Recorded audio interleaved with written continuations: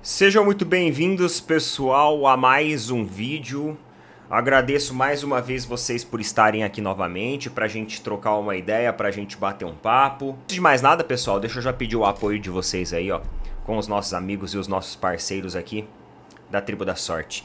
Tribo da Sorte, uma plataforma dos bolões dos jogos eletrônicos e oficiais da Caixa Econômica Federal. Tudo regulamentado, tudo regularizado, tudo certinho. Eu estou colocando um link que está fixado aí nos comentários. Você pode clicar nesse link, vai abrir um chat e você digita lá: eu gostaria do cupom do canal Opina Porco. Eles vão te passar o cupom, você vai poder acessar a plataforma e com esse cupom você vai ter um desconto para você conhecer. Lá, todos os jogos que você tem nas lotéricas, sabe? Boas e velhas lotéricas, você tem disponível lá, mas com alguns diferenciais. O primeiro que é um bolão que já é organizado de forma automática. Tu não precisa organizar nada. No conforto da sua casa, você não tem problema de ir até a lotérica, fazer toda aquela burocracia chata. Você vai lá, acessa, pagamento digital, tudo ok. Outra vantagem, você tem uma inteligência artificial que vai melhorar a sua possibilidade de ganhos. Então, a partir do momento que você utilizar um dos bolões lá, seja da Loto Fácil, da Lotomania, da Mega Sena, você automaticamente vai participar de várias matrizes, vários conjuntos numéricos. Então, com um bolão, você participa de vários conjuntos numéricos, o que vai aumentar a sua chance. E a outra vantagem é que você tem um cupom aqui também do canal, você vai apoiar demais o canal se utilizar o nosso cupom aí do Opina Porco. Então clica no link fixado aí, pede nosso cupom e utiliza lá, que são parceiraços nossos, tá bom? Tribo da Sorte, galera, tamo junto. E falando um pouquinho aí das pérolas da coletiva do Abel, só para os torcedores do Abel FC, da Leila Pereira FC não acharem ruim, eu vou falar sobre os pontos positivos agora, a priori, da coletiva dele. Teve alguns aspectos positivos da coletiva do Abel. Teve sim. Porque ultimamente a gente tem assistido a coletiva dele, a gente mais desanima do que se anima. Mas teve alguns pontos positivos. O primeiro ponto positivo foi que ele entendeu que o Palmeiras tá uma merda. Obviamente que ele não falou com essas palavras, mas ele deu a entender isso. Ele falou que de fato a partida não foi boa, que o Palmeiras não vem jogando bem, e uma coisa que preocupou muito ele foi os erros de passe. Eu acho que ele poderia adicionar a erros de passe, ele poderia também adicionar o entrosamento. Porque o erro de passe ele acontece por uma falta de ensaio tático e técnico dos jogadores que lá estão. Eu sei que vai ter pessoas que vai falar que é o início da temporada, que isso e que aquilo. Só que assim, meus amigos, o time não mudou. Uma coisa é você, por exemplo, pegar o elenco do Botafogo agora, que vai chegar a comissão técnica nova, que saiu alguns jogadores que faziam parte da espinha dorsal da equipe, que é o Luiz Henrique, o Almada, por exemplo. Aí você dizer assim, ó, a gente tá readaptando a equipe. Outra coisa é você já pegar uma equipe que já vem com um trabalho contínuo.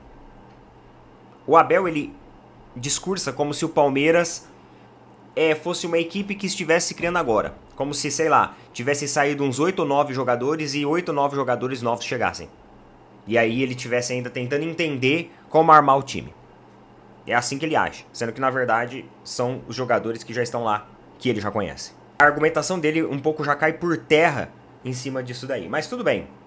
Pelo menos ele reconheceu que a partida foi uma merda, ele reconheceu que teve erros de passes absurdos, e foram muitos, e ele também garantiu que ele sabe o que ele está fazendo. Ele garantiu que o Palmeiras está se preparando para chegar nas competições nacionais, e isso ele citou como exemplo o Campeonato Brasileiro, com um time realmente encaixado. E aí ele pediu o voto de confiança do torcedor. Ele disse que o torcedor tem total direito de criticar, que ele entende as críticas. Mas ele queria fazer um pedido para que os torcedores do Palmeiras se unissem. Porque quando você entra lá na TV Palmeiras, quando você entra nas redes sociais, você enxerga que existe hoje uma divisão da torcida do Palmeiras. E elas se agridem nas redes sociais.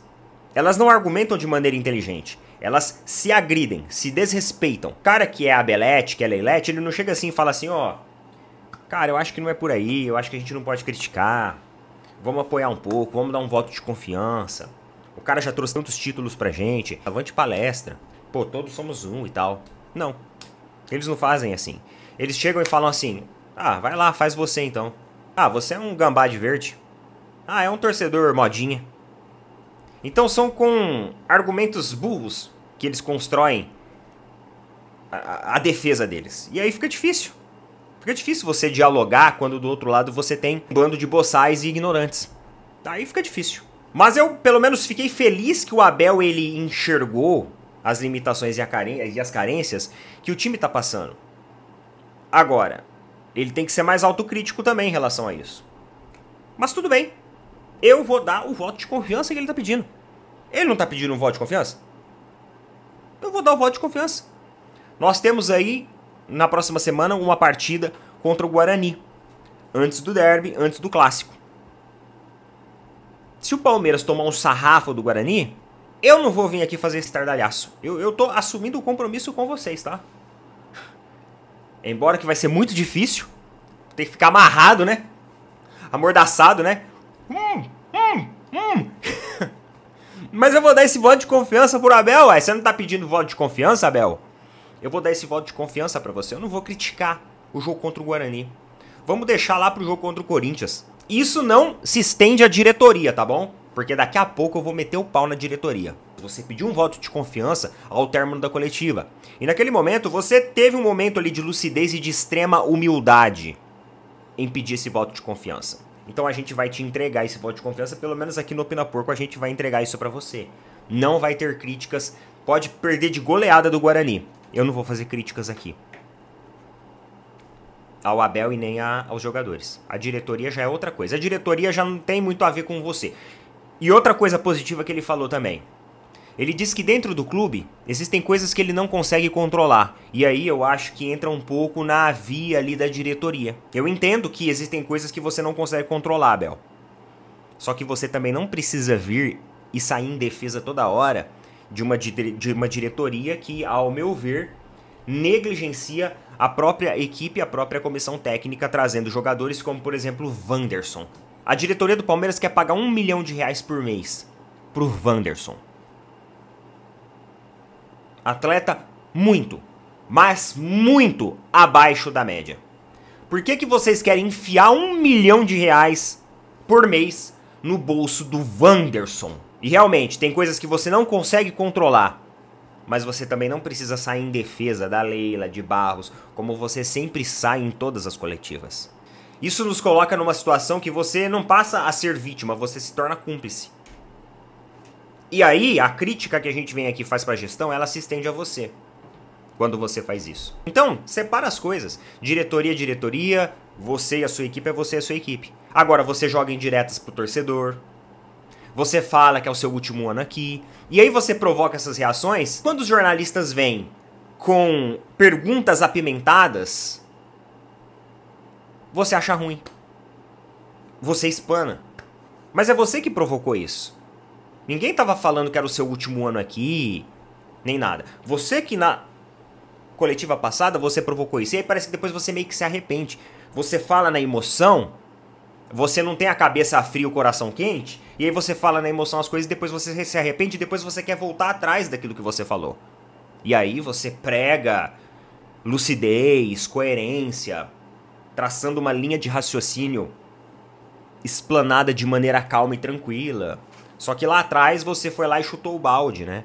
Você mesmo, em várias e várias ocasiões, dividiu a torcida do Palmeiras. E se a torcida tá dividida e você quer que ela se une, lá atrás você fez isso. Você criou isso com as coisas que você falou pros torcedores. Agora você quer consertar? E uma dessas perguntas que o jornalista fez, em virtude do que o Abel falou na coletiva passada, que era o último ano dele aqui e tal, começou a dar aquelas alfinetadinhas, fazendo aquela, entre aspas, chantagem emocional com o torcedor, que aquilo dali foi coisa de gente mimada. Sabe quando relacionamento de adolescente, e aí um começa a fazer o draminha tá on, do tipo assim, ó, se você não se decidir, é melhor a gente terminar por aqui. Aí um fica lançando um verde pro outro, vira aquela novelinha chata pra carvalho. Sabe, coisa assim de adolescente? Fases da vida, acontece, todo mundo passa por isso. Todo mundo passa por isso, é natural. Mas tá parecendo isso. Usar um impacto aí na torcida do Palmeiras, meio que tipo, ó, vocês vão me perder. Cara, o Palmeiras tem mais de 110 anos. Você veio nos últimos 4. Se você no dia amanhã sair do Palmeiras, o Palmeiras vai seguir da mesma forma. Eu vou acordar de manhã da mesma forma, vou abrir a gaveta, vou pegar a camiseta do Palmeiras da mesma forma, eu vou continuar consumindo os produtos do Palmeiras da mesma forma, assistindo os jogos do Palmeiras da mesma forma, torcendo pelo Palmeiras da mesma forma. Tu não vai mudar isso. Eu não torço pro Abel Ferreira. Não tá escrito aqui, ó, Abel Ferreira Futebol Clube. Tá escrito Abel aqui? Abeletes e Leiletes. Vocês então, sabem ler? Ó, tá escrito Abel Ferreira FC, Sociedade Esportiva Abel Ferreira, Sociedade Esportiva Leila Pereira. Não, eu acho aqui, pelo que eu tô vendo, tá escrito Palmeiras, não é? Vai continuar escrito Palmeiras aqui, isso daqui não vai mudar. Não vai ser você quem vai determinar isso. Porque ele foi perguntado por um jornalista, uma pergunta muito boa inclusive, se ele ainda tinha motivação dentro do elenco. Porque ele fala muito do combustível dos jogadores, né? Que ele tava falando que os jogadores em níveis anímicos não tá lá aquelas coisas. E aí ele foi questionado, mas e você, Abel? Você tem combustível pra isso? E aí ele respondeu isso, ó. Nunca menti que sou um treinador de projeto. Hoje teve um senhor aqui chamado Klopp, que ganhou menos títulos em 8 anos do que eu. Então, não fala de fome de títulos aqui. Ele teve 8 anos no Liverpool e teve menos títulos em 4 ou 5 anos de nós. Eu sou de projeto, não vai alterar. Abel, assim, eu entendi o que você quis responder, só que você utilizou a pior argumentação possível. Porque do jeito que você falou aqui, ó, quem lê de forma isolada, mano, o cara entende aqui que você falou que em menos tempo você teve mais título que o cara lá no Liverpool. Você só se esqueceu de mencionar que lá as competições é a Champions, é a Premier, que o nível das competições lá são absurdamente muito mais altas. E os cenários, né, as equipes são melhores pareadas e melhores estruturadas entre si. Lá os caras jogam contra Real Madrid, contra Manchester City, contra Manchester United. Jogam contra as maiores equipes do mundo e os maiores atletas do planeta. Aqui, tu tá tendo um desempenho pífio contra um time que perdeu de 3-0 pro Água Santa. Não é menosprezando as suas conquistas? Não. Só que quando você utiliza esse tipo de argumento, você também parece menosprezar a conquista do outro. Ah, mas não foi isso que ele quis dizer, né? Tudo mais então, mas ele poderia ter respondido de outra forma. Não se compara a trabalhos diferentes, de ligas diferentes, em cenários diferentes. Eu sempre falei aqui que quando as pessoas tentavam comparar o trabalho de Jorge Jesus com o seu trabalho, e quem é mais antigo do canal sabe que eu já falei isso aqui, era uma comparação equivocada, porque são momentos diferentes do futebol brasileiro, são equipes diferentes, são formas de jogar diferentes. E vocês não tiveram aqui, né? No mesmo momento. Quando o Jorge Jesus saiu, você chega depois. Então vocês não disputaram nada juntos aqui no Brasil. Então, da mesma forma que esse argumento que eu sempre utilizei aqui, eu acredito nele, eu acho válido, vale também para esse seu do Klopp. Nada a ver a sua justificativa. Parece que diminui o outro. Tu diminuiu um cara que foi campeão. Pelo amor de Deus, não tem nem como a gente defender essa argumento. Fica difícil a gente defender. Eu acho que até aqueles que gostam de você e falam assim, ah, é que ele tava respondendo o jornalista que o jornalista teve uma pergunta chata. O jornalista não teve pergunta chata, não. A pergunta do jornalista foi pertinente àquilo que os torcedores querem saber. Foi pertinente. Eu achei pertinente a pergunta dele. Eu vou dar um exemplo pra vocês aqui. Mudando um pouquinho de assunto, em relação ao efeito Neymar, só para vocês entenderem um pouco da matemática da coisa. Quando a gente vem aqui e reclama das contratações do Palmeiras, eu não tô querendo dizer que é pro Palmeiras ir atrás do Neymar, não é isso, tá? Mas eu tô querendo dizer que é ridículo o Palmeiras no mercado do futebol. E é por isso que eu não vou prometer não fazer críticas ao Palmeiras no mercado do futebol. Eu tô prometendo dar um voto de confiança pro Palmeiras no campo, pro Abel e pra equipe dele. Eu não tô prometendo deixar de criticar a diretoria, até porque a crítica à diretoria, ela começou e ela foi muito mais intensificada quando nós fomos para um Mundial com o Navarro de reforço. Eu já falei isso aqui várias e várias vezes, eu sei que vocês estão até cansados. Mas eu tô mostrando pra vocês que as coisas aqui, elas seguem uma coerência, uma racionalidade. Eu tenho o posicionamento, eu sigo ele. E eu justifico o porquê. Desde aquela época eu falei já, né? Que pra mim essa gestão acabou. A gestão acabou naquele momento. E não importa o número de acertos. Aquele ponto foi um ponto muito errado. Porque era a nossa melhor oportunidade. Agora esse torneio se tornou um intercontinental. Se a gente ganhar, eventualmente, daqui 1, 2, 3 anos esse torneio, todo mundo vai falar assim, ah, vocês ganharam o intercontinental, não é mais mundial.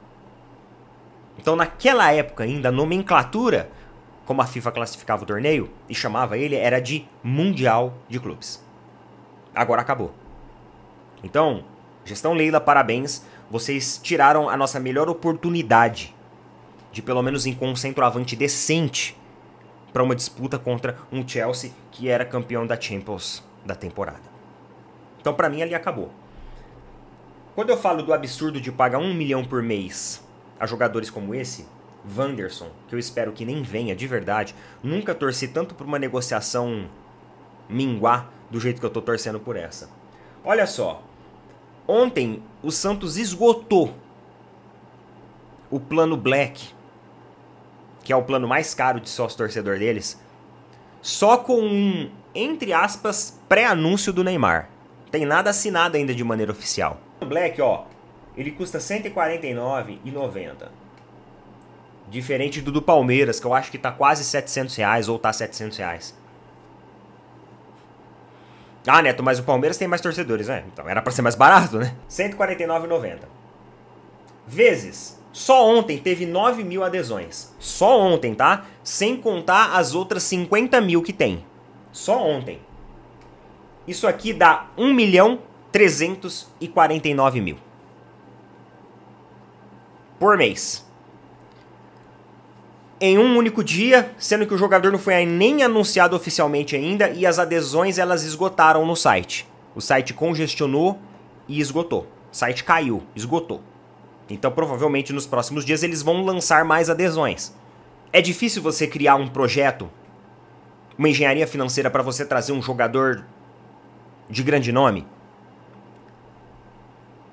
Você pega um sócio torcedor desse no plano mais caro e quando o jogador for anunciado, você coloca... O Palmeiras pode colocar valores até... Já é maior do Palmeiras, é R$700 do Palmeiras. Você coloca um valor desse de R$700 anunciando uma grande contratação e sabe o que você faz? Você cria uma camisa licenciada especial com o nome do jogador. Licenciada, não precisa ser da Puma nem nada não. Aquela licenciada, material basiquinho. E você presenteia para quem se aderir. Os caras fizeram quase 1,5 milhão em um dia. Quanto que grandes equipes são capazes de fazer se criar uma estrutura e um planejamento para isso? Esse pagamento é mensal. Isso daqui paga salário de jogador. Ou pelo menos uma boa parte dele. É só ter inteligência e vontade. Inteligência e vontade. Que é o que a gestão do Palmeiras não tem tido. Por falar em inteligência e vontade, a gestão do Flamengo anunciou uma mudança. Mudança essa que já era esperada e aguardada por muitas pessoas. Vocês sabem que o Flamengo aí está nas vésperas de um jogo de Supercopa contra o Botafogo. E aí, ó, ontem veio uma informação. Fla informa. Prezado sócio.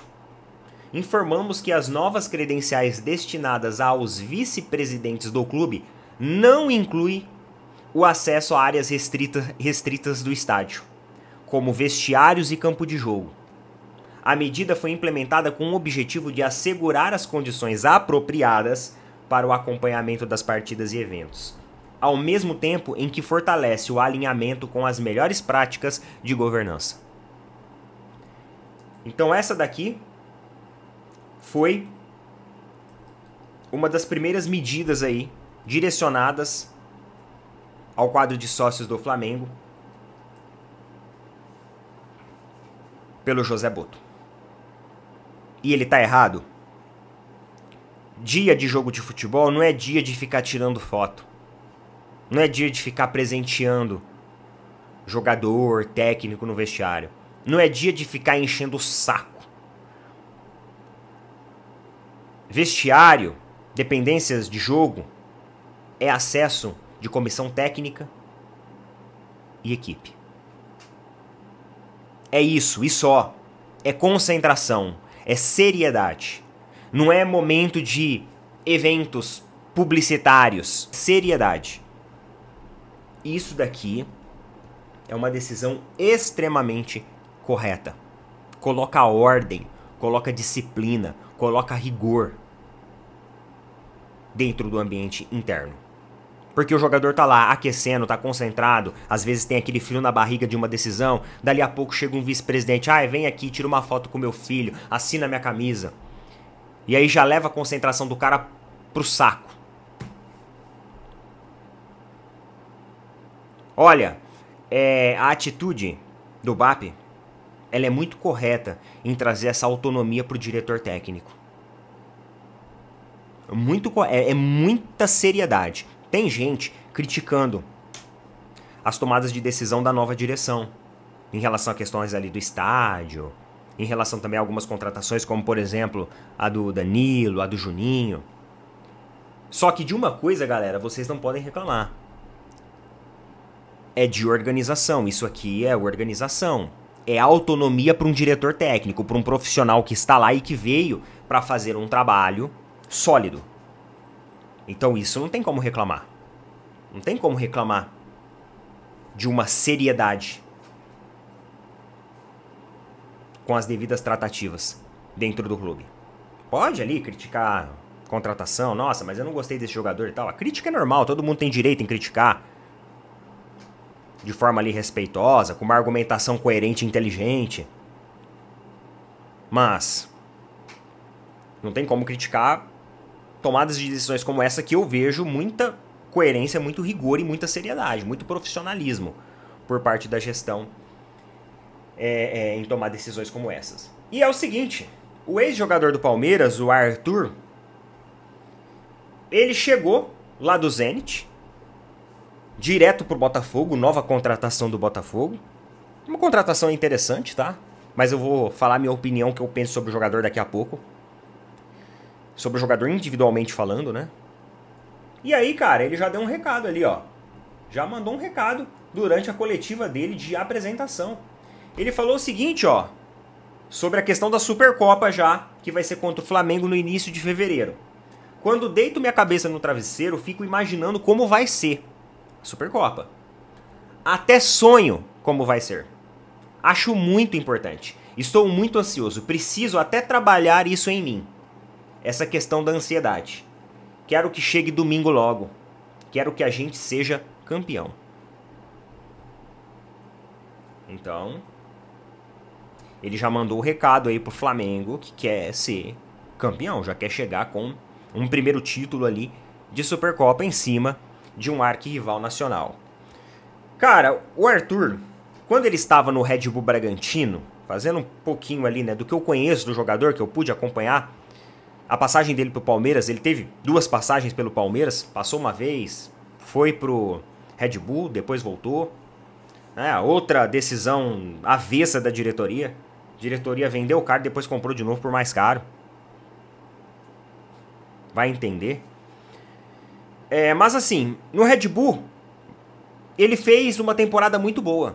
Eu acho que o Red Bull talvez conseguiu até um dos seus melhores desempenhos nos últimos anos, justamente na época que o Arthur tava lá.